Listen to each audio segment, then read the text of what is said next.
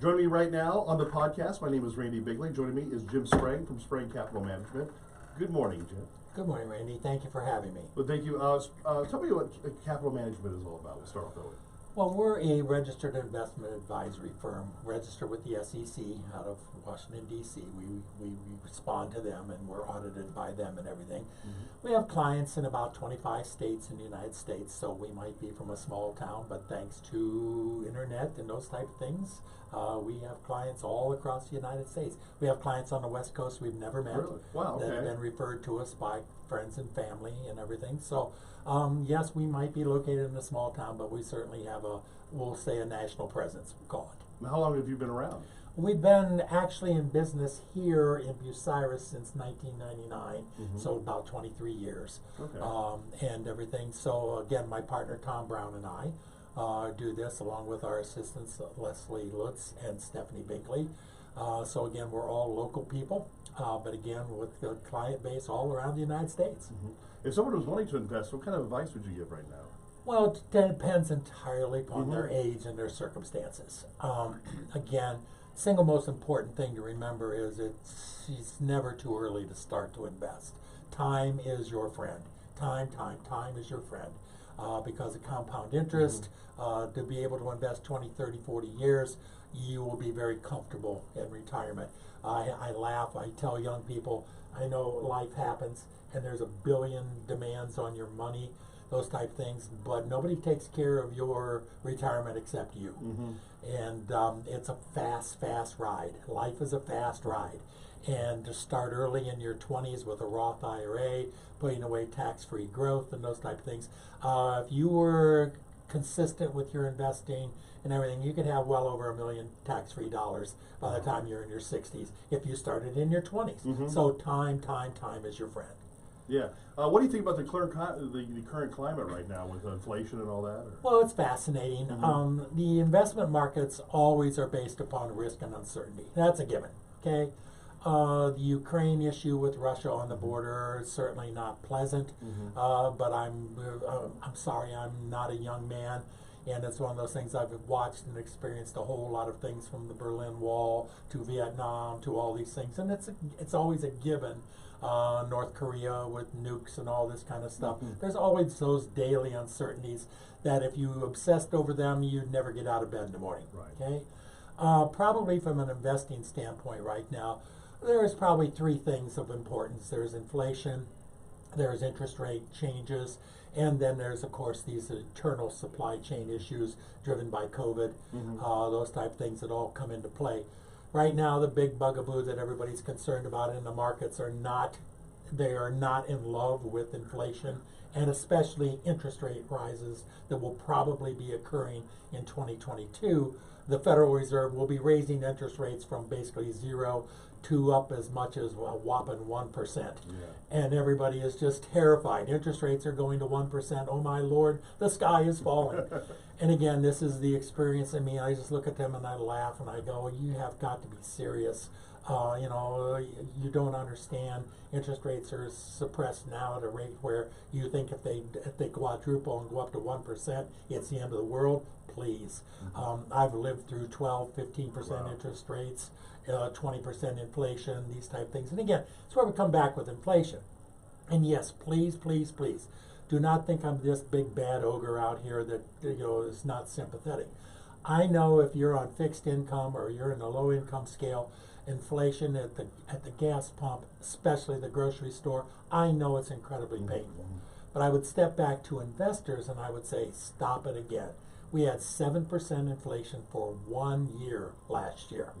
During the 1970s and 80s, we averaged 6.9% for 11 straight years.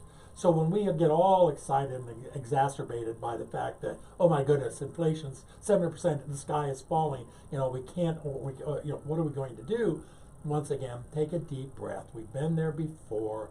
Inflation is natural. Inflation is better than deflation, which was what the Great Depression was about. You do not want deflation because that's psychological.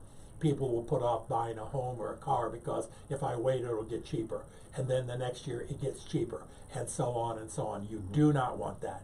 Inflation is better. But again, everybody who's just, the sky is falling because interest rates are going up to 1%. And oh my goodness, we had 1 year of inflation at 7%. And oh my, we just have to get out of the markets because oh my goodness, how can we possibly, please, everybody take a deep breath, and remember that investing is a long time process. And now, interestingly enough, we developed this whole cadre of, we'll call them day traders again. When COVID came and interestingly enough, all the sports programs got shut down, college and pro, there was nowhere for young men to place bets. Oh, yeah, yeah. So all of a sudden this app called Robinhood comes out, and they do free trades and stuff, and you do it on your phone, and all these, I don't want to call them degenerate gamblers, but we'll just say gamblers on sports, shifted to the stock market. And oh, isn't this fun? Yeah. And this Robinhood app is very insidious. On their phone, they'll get these alerts throughout the day. You haven't traded yet today. Oh my goodness, is there something wrong? They will literally prod these boys. Pardon me, I'm going to call them boys, okay? Because mentally they are. They might be physically men, but mentally they're still boys, learning these things. And they're literally gambling in the stock market right now. Now, they're going to lose. They always do. In this particular case, when you are a speculator or a day trader, you always lose. It's only the long-term investor who's buying quality companies, holding them for the right reasons, and those things. They're the only ones that win. Oh yeah, you'll hear these stories about, oh, somebody, day trading made so much, and I promise you there are 1,000 out there who have lost compared to that one that you hear about. So, and then another thing of great concern to all of us is you go into the grocery store and you see that the shelves are not as packed as they've used to be. COVID is real, and I think people need to understand that China and the rest of the world treats COVID differently than we do. China is deadly serious about trying to control COVID.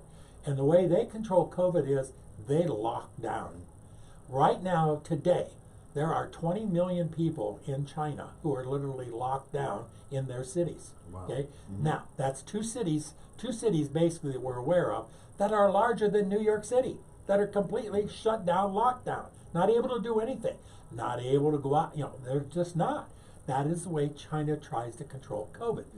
Also, people aren't aware that China has shut down their industries 3 weeks prior to the Beijing Winter Olympics because they burn coal and they're trying to clean the air before the Olympics. They want this wonderful perception of how great things are in China. Well, when you shut down industry, guess what happens? Your refrigerators don't get made, your windows for your house don't get made, the little plastic trinkets and things like that we order from China, they don't get made. So when people are screaming at President Biden, it's all his fault for the fact we don't have things on the shelves and stuff, there's nothing he can do because China does not care what we think. They're doing what they think is best for them, and they're shutting down ports larger than the port of Los Angeles, which is our largest in the country. They've shut down a port for a month at a time because of trying to contain COVID. And all that happens is all these containers pile up on the wharfs and stuff and don't get shipped to the United States. So, again, do we have inflation? Yes. Why? It's demand driven. We've got people that are working from home that have money, want to spend it. They don't have anything to spend it on because it's not being shipped in because, once again, China doesn't care what we think about how to respond to COVID. They have their own reaction and they're shutting things down when they have one outbreak. Again, a wonderful anecdotal story.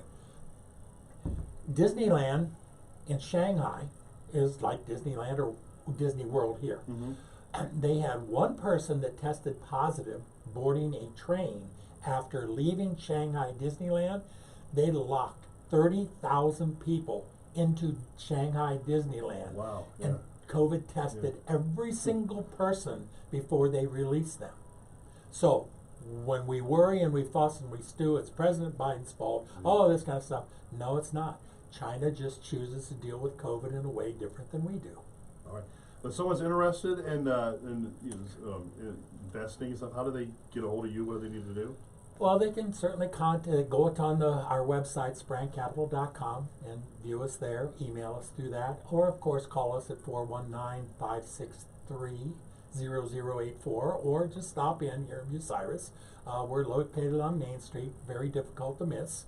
But again, we'd love to talk to you, or at least give us a call if you have any questions or concerns about what you might currently be doing or what you might want to do in the future. But again, investing, we're not day traders, we're not traders, we're investors.